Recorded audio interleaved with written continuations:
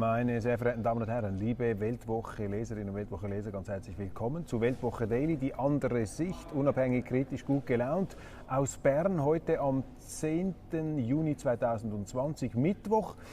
Das merkwürdige Hintergrundambiente, das unvertraut ist, das ist der neue improvisierte bzw. interimistische, muss ich korrekterweise sagen, interimistische Nationalratssaal in Bern hier. Das sind diese Expo-Hallen, von denen ich schon erzählt habe. Ich schwenke mal da ein bisschen in den Saal hinein. Sie sehen also, hier sind wir im Epizentrum des schweizerischen Parlamentarismus. Noch ist kein Sitzungsbeginn, deshalb die Tische hier weitgehend leer und unbesetzt. Was sind die wichtigsten Nachrichten des Tages? Mich beschäftigen natürlich die Vorgänge in den USA, aber es gibt natürlich jetzt auch viele Dinge in der Schweiz, die uns beschäftigen müssen. Ich meine, diese Sessionswoche hat mit einem Paukenschlag begonnen. Auch der Ständerat hat dieser ganz unheilvollen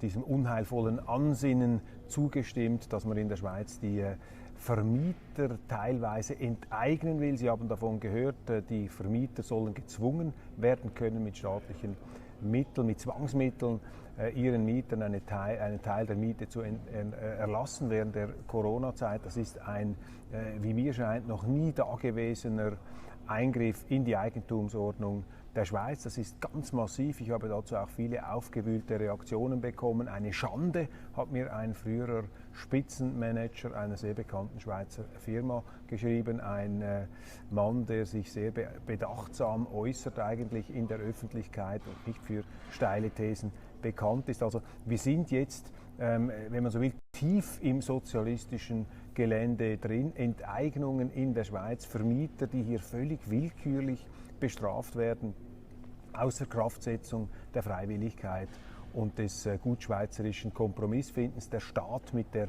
Eisenklaue greift er jetzt ins Immobiliengeschehen ein. In die gleiche Richtung geht dieses CO2-Gesetz, das auch heute beraten wird. Das wird massive Kosten und Mehrbelastungen für die Schweizer Wirtschaft bringen. Gerechtfertigt wird es mit der Weltrettung, man kann es nicht anders sagen. Also die Diskussionen hier in Bern zielen auf das ab. Die Welt muss gerettet werden, das Klima muss umgesteuert werden, eine komplette Hybris, wenn man so will, eine Selbstüberschätzung. Aber es schmeichelt natürlich auch dem Ego des Politikers, wenn er sich hier als Teil einer weltretterischen Übung begreifen kann. Die Zeche zahlen andere und vor allem gerade stehen für die Folgen dieser Politik müssen dann auch andere, weil wenn man das dann sieht, ob diese Auswirkungen wirklich sich so oder anders abgespielt haben, dann sind all die Leute, die das hier beschlossen haben, längst nicht mehr im Amt. Und mich frappiert in diesem Zusammenhang einfach immer dieses pseudowissenschaftliche Getue. Man stützt sich da auf Erkenntnisse, auf wissenschaftliche Modelle ab. Ich bin auch ein Freund der Wissenschaft. Ich stehe 100% auf dem Boden unserer aufgeklärten zivilisatorischen Weltordnung. Aber ich begegne auch den wissenschaftlichen Erkenntnissen mit Skepsis. Und wir müssen einfach sehen, wir haben es in der Corona-Krise, in der Corona-Pandemie gesehen, dass sehr viele Modellrechnungen, zum Beispiel was die Todeszahlen, auch die Infektionszahlen angeht, im kurzen Zeitraum, auf wenige Wochen oder Monate hinaus, dass diese Zahlen massiv falsch waren. Jetzt stützt man sich auf Modelle ab, die auf Jahrzehnte hinaus das Weltklima dass das Klima auf diesem Planeten voraussagen soll. Ich halte das für unseriös, auch wenn die Leute, die das vertreten, hochseriöse Wissenschaftler sind, die für sich in Anspruch nehmen, hier die Wahrheit und nichts als die Wahrheit zu verkünden. Als Politiker muss man sich auch mit den praktischen Auswirkungen einer Politik und mit den Unsicherheiten und der Irrtumsanfälligkeit auch von wissenschaftlichen Modellen selbstverständlich intensiv auseinandersetzen. Das scheint hier nicht mehr der Fall zu sein. Man emanzipiert sich geistig, wenn man so will, von den materiellen und finanziellen Grundlagen der eigenen Politik. Es ist ein Schwelgen in utopischen Vorstellungen, so kommt es mir vor, wenn ich die Debatten hier im Rat verfolge. Okay, gehen wir zu den Nachrichten des Tages. Im Herbst droht eine Entlassungswelle. Neue Zahlen zum Arbeitsmarkt im Mai, jetzt medial heruntergespielt. Das ist interessant, dass diese düstere Nachricht Nachrichten über die Entwicklung des Arbeitsmarktes in den Medien heruntergespielt werden. Warum werden sie heruntergespielt? Der Grund ist für mich offensichtlich. Am 27. September wird über die Begrenzungsinitiative abgestimmt. Dieser Arbeitslosen-Tsunami darf deshalb nicht zu groß und zu fühlbar dargestellt werden in den Medien. Das ist natürlich die Keyfrage. Wie verhalten wir uns gegenüber dieser Initiative, die die Begrenzung der Zuwanderung fordert, die weniger vor allem EU-Zuwanderer in den Schweizer Arbeitsmarkt fordert? Wie verhält man sich gegenüber dieser Initiative vor dem Hintergrund massiv steigender Arbeitslosenzahlen? Wenn die Arbeitslosenzahlen natürlich durchs Dach schießen in der Schweiz, dann ist klar, dann ist die Bereitschaft der Schweizerinnen und Schweizer, weitere Arbeitskräfte aus dem Ausland mit günstigeren Lohnvorstellungen, wenn man so will, in die Schweiz zu holen, sehr gering. Deshalb ist hier in den Medien, auch in der Politik ganz klar das Bewusstsein erkennbar, diese Entwicklungen auf dem Arbeitsmarkt eher schöner darzustellen, nicht in ihrer Drastik in den Blick zu nehmen, denn das Ziel der, ich sage es jetzt mal, linksbürgerlichen bis weit links Außenpolitik in Bern zusammen mit den meisten Medien in der Schweiz ist es eben, dieser Begrenzungsinitiative zum Durchbruch zu verhelfen. Einfach kurz, dass Sie die Zahlen haben. Im Mai waren in der Schweiz 155.998 Arbeitslose registriert, die längst Ausgesteuerten nicht mitgezählt. Gegenüber dem Vorjahresmonat entspricht dies einer Zunahme von 53,9%. Die Jugendarbeitslosigkeit stieg gegenüber dem Vorjahresmonat um 76,7%. Auf Stellensuche sind 232.982 Personen, jetzt fast 2 Millionen Kurzarbeiter. Und die werden dann spätestens ab Ende September möglicherweise auch arbeitslos. Der Abstimmungskampf gegen die Begrenzungsinitiative wird voraussichtlich der teuerste seit 1291. Ja, da wird unglaublich viel Geld hineingepumpt, auch von den Wirtschaftsverbänden von Economy Suisse. Die vielen Millionen, die Economy Suisse, FDP, CVP, SP und Operation Libero verteilen, sind da noch nicht einmal mitgerechnet. Die Überbrückungsrente ist auch interessant. Diese Überbrückungsleistung, die ich als Entlastungsrente bezeichne, die wird 350 Millionen Franken kosten, die verdoppelte Kurzarbeit rund 40 Milliarden. Also Sie sehen auch hier, ein gigantisches Rad wird gedreht. Auch und gerade deshalb, um eigentlich das Vernünftige zu verhindern, nämlich dass erst recht dann, wenn der Arbeitsmarkt sich austrocknet, dann können Sie nicht die Schneisen, die Schleusen öffnen und aus dem Ausland auch noch sehr viele andere Stellensuchende in die Schweiz hineinlassen. Das funktioniert einfach nicht. Dann in den Medien interessant die Boulevardzeitung Blick. Ich beschäftige mich immer etwas auch mit den Medien, mit den Kollegen. Die Boulevardzeitung Blick macht heute eine Bilanz über Warner, Propheten, Panikmacher in der Corona-Krise und nennt da bislang unbekannte Gesichter. Zum Beispiel Christian Althaus, der Epidemiologe und auch Modellspezialist, sprach von 30.000 Corona-Toten, die es zu beklagen gäbe. Der Blick findet das vertretbar, in Anführungszeichen. Richard Neher von der Universität Basel, das sagt der Blick nicht, sprach von der Möglichkeit von 100.000 Toten, das wird nicht einmal erwähnt. Bis August, also 100.000 Toten, bis zu 100.000 Toten im August. Und Adriano Aguzzi, der provokationsfreudige Professor von der Universität Zürich, sprach von 60.000 Toten ohne Shutdown. Gut, da muss man immer hinzufügen, die sagen dann immer, ja klar, wenn es ohne Shutdown wäre es dann so weit gegangen. Aber das sind diese warnenden Stimmen. Wir wissen nicht, ob sie jemals recht gehabt haben. Pietro Vernazza vom Kantonsspital St. Gallen sagte halt, das war der einzige oder vielleicht gesagt der früheste dieser Spezialisten, der auch von den Kosten gesprochen hat und vor Übertreibungen gewarnt hat und übrigens auch den frühzeitigen Lockdown forderte, um eben eine möglichst kurze Periode des Schmerzes hier zu injizieren. Die tatsächliche Zahl von Toten bis jetzt in der Schweiz an oder mit Corona verstorben, die Diagnostik ist ja da etwas umstritten, sind 1663. Der Epidemiologe und Infektionsforscher Peter Stadler schrieb in der Weltwoche von einer ziemlich stärkeren, aber im Sinn der Normalität sich bewegenden Grippe. Das wird vom Blick nicht erwähnt, dass hier natürlich die Weltwoche eine etwas andere Marschrichtung vorgegeben hat. Wobei wir haben auch Warner und sehr kritische Geister immer wieder zu Wort kommen lassen. Und für mich einfach interessant, wenn ich das Verhalten auch des Bundesrates anschaue, wenn ich die Argumentation des Bundesrates anschaue, das sind ja alles eigentlich auch vernünftige Leute, die sind ja auch in dem Sinn intelligent und versuchen ja auch die Sache richtig zu machen. So fällt mir doch auf, dass eine ganz entscheidende Bedeutung bei dieser Corona-Politik in der Schweiz die Bilder aus Italien hatten. Diese Militärlastwagen aus Bergamo haben hier ganz massiv politiktreibend gewirkt. Und das finde ich schon bemerkenswert, dass die Emotionen, die emotionale Kraft eines Bildes eben hier ganz ausschlaggebend ist für das, was eine Regierung macht. Das ist jetzt nicht einfach eine Deutung von mir, sondern ich weiß das aus innersten Regierungskreisen, dass diese Bilder ganz massiv ausschlaggebend waren. Man wollte diese Bilder verhindern.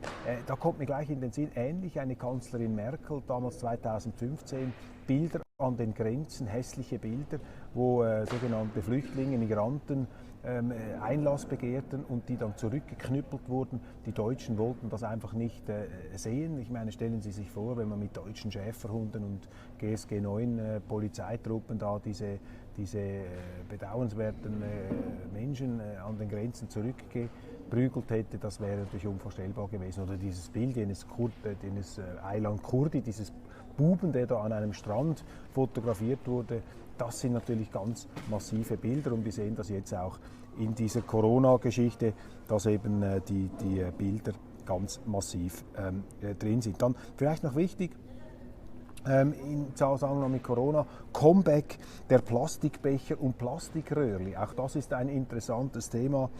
Heute Einwegsachen wegen Corona. In der Krise zählt die Hygiene mehr als die Umweltrhetorik der interessierten Kreise.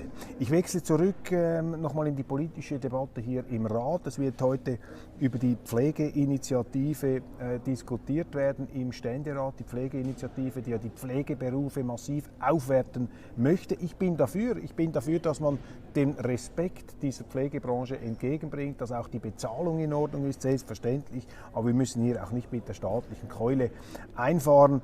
Und wir müssen uns einfach in Erinnerung rufen, dass diese Corona-Krise nicht zu einer Überlastung der Spitäler geführt hat, auch nicht zu einer Überlastung des Pflegepersonals. Im Gegenteil, wir haben ja viele Befunde gehört, wonach eben diese Spitäler oftmals mehr oder weniger leer waren und gar nicht an diese Kapazitätsgrenzen stießen, wie man das vermuten wollte oder konnte.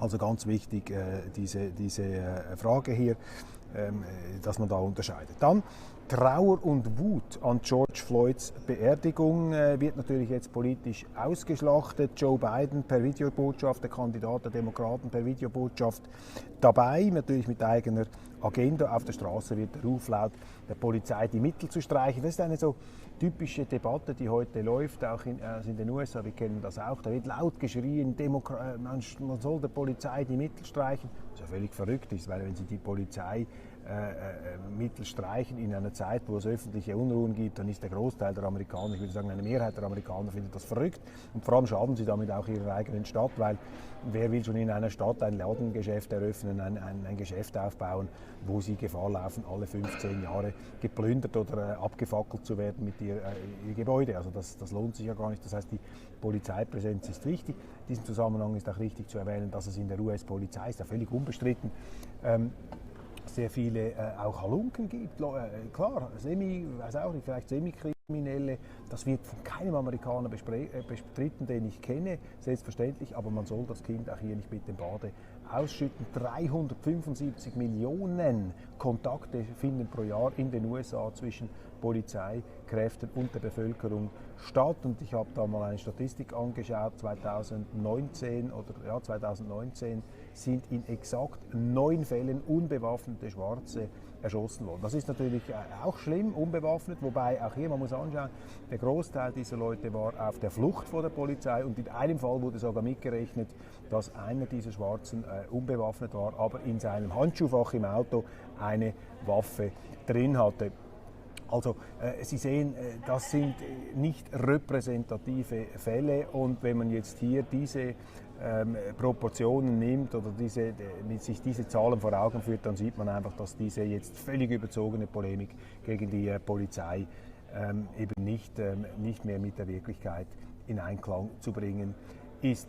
Noch ein Wort zur Seriosität. Ich habe das angetönt. Viele Demokraten sagen das jetzt, man müsse der Polizei die Mittel streichen. Wenn man dann genauer hinhört, was sie machen wollen, sagen sie einfach, man sollte mehr Sozialprogramme finanzieren und man sollte einfach mehr Geld ausgeben, um hier zivilisatorisch auf die Gesellschaft einzuwirken. Man kennt diese Programme, man wird damit nicht die Gewalt auf den Straßen bekämpfen können. Joe Biden, der Präsidentschaftskandidat selber, hat sich gegen das Defunding der Polizei ausgesprochen. Ich persönlich vermute aber, dass die Demokraten hier einen ganz gefährlichen Ritt machen, denn wenn sie natürlich diesen Forderungen Vorschub leisten, wenn sie diesen Forderungen nachgeben, wenn auch nur rhetorisch, so schaffen sie doch ein Mainstream-Meinungsklima, das sie früher oder später einholen wird. Und ich kann mir gut vorstellen, dass jetzt diese Rhetorik gegen die Polizei und Polizeifinanzierung runterzufahren, dass das jetzt im Moment für die Galerie,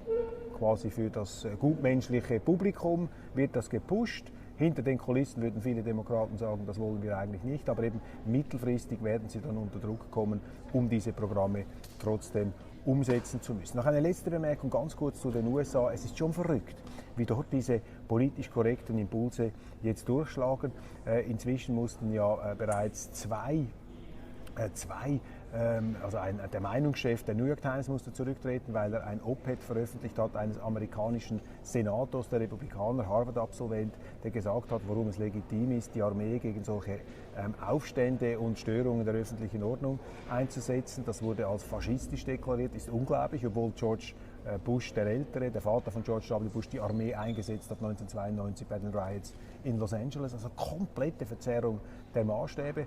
Da musste auch der Meinungschef des Philadelphia Inquirer musste zurücktreten, weil er einen Architekturartikel veröffentlicht hat, in dem auch der Wert von Häusern und die Zerstörung von Häusern angeprangert wurde. Und auch der Chefredaktor des Bon Appetit Magazins, ein Magazin, das sich mit Essen und Kulinarik auseinandersetzt, der musste auch zurücktreten, und zwar weil er 2013 entdeckt wurde an einer Halloween-Party, weil er sich schwarz geschminkt hat. Jetzt müssen Sie sich das einmal vorstellen, der wurde von einer Mitarbeiterin geoutet, musste dann zurücktreten, der Chefredaktor eines Food-Magazins und übrigens auch eine Kolumnistin, auch im Bereich des Journalismus, des kulinarischen Journalismus, der New York Times, die musste sich entschuldigen. Warum? Sie hat 2008 ebenfalls an einer Party teilgenommen, wo sie sich als Amy Winehouse verkleidet hat. Amy Winehouse, eine Weiße, sie ist auch eine Weiße,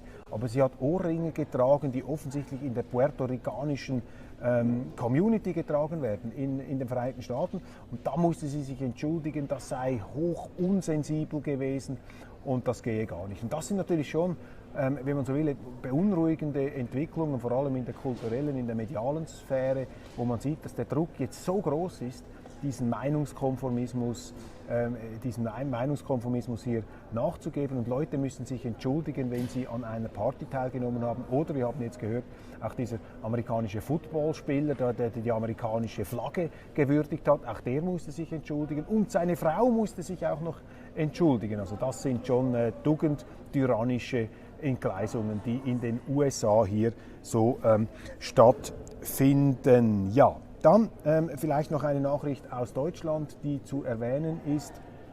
Rüge des Bundesverfassungsgerichts an Innenminister Horst Seehofer, CSU, der einen AfD-kritischen Text, ein Interview auf der Website seines Ministeriums veröffentlichte. Er sagte nämlich, dass die AfD staatszersetzend sei. Das ist natürlich schon eine gefährliche Aussage, wenn ein Minister einer Regierung gegenüber einer gewählten Partei derartige Aussagen macht, die ihr gleichsam die Verfassungsmäßigkeit absprechen, die sie sozusagen zu einer staatszersetzenden Kraft erwähnen. Ich will jetzt gar nicht das Wort zersetzend in seiner etymologischen Herleitung hier genauer beschreiben. Als sensibler Mensch wissen Sie, dass natürlich auch andere deutsche Regime in der Vergangenheit zwischen 1933 und 1945 eine ganz bestimmte Religionsgruppe als zersetzend bezeichnet haben. Also jetzt als Deutscher, der ja immer auch die deutsche Establishment-Politik möchte sich ja immer auch sprachsensibel geben, ist das natürlich ein hoch unsensibler eine Sprachverwendung, wobei ich nicht zur Sprachpolizei gehöre. Ich bin nicht der Meinung,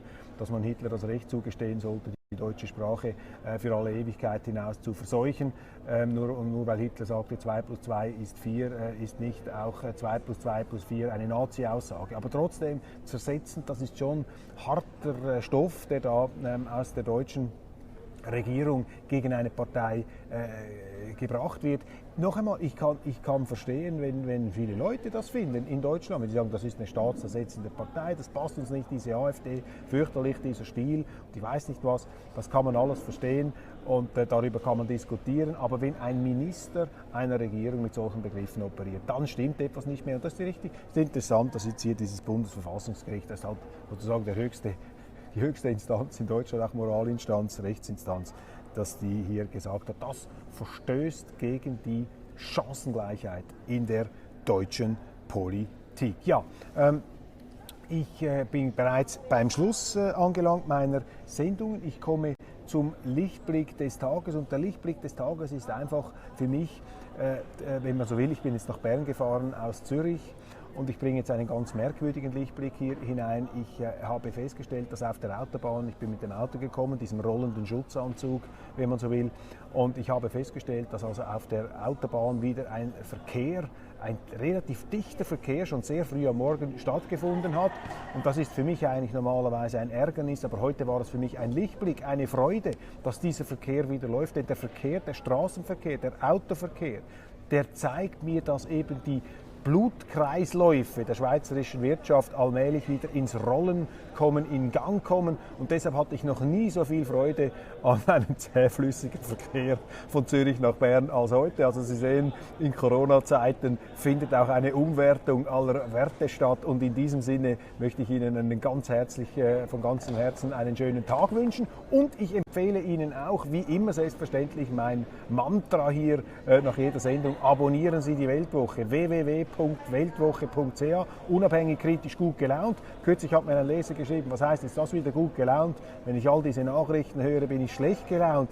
Ja, selbstverständlich bekommt man da schlechte Laune, aber ich sage Ihnen, die Welt ist nicht verdammt, die Welt ist ein schöner Ort und wir dürfen daran auch nicht verzweifeln und wir sollen auch nicht so tun, dass die Probleme, die wir heute haben, die schlimmsten Probleme aller Zeiten seien. Das sind sie nicht, es gab schon andere schlimme Probleme und die Leute, die immer schlechte Laune haben, die benutzen oftmals auch ihre schlechte Laune, um sich irgendwie, ich weiß auch nicht, zu schützen, abzupanzern, aber vielleicht auch daran zu hindern, etwas dagegen zu unternehmen, was alles an Unerfreulichkeiten hier passiert. In diesem Sinne, ganz herzlichen Dank für die Aufmerksamkeit. Wir sehen uns dann morgen wieder aus dem schönen Bern und aus dieser wunderschönen Halle. Sie sehen jetzt also, wie sich hier allmählich das Geschehen belebt. Und ich sage auf Wiedersehen. Das war Roger Köppel, das war Weltwoche Daily.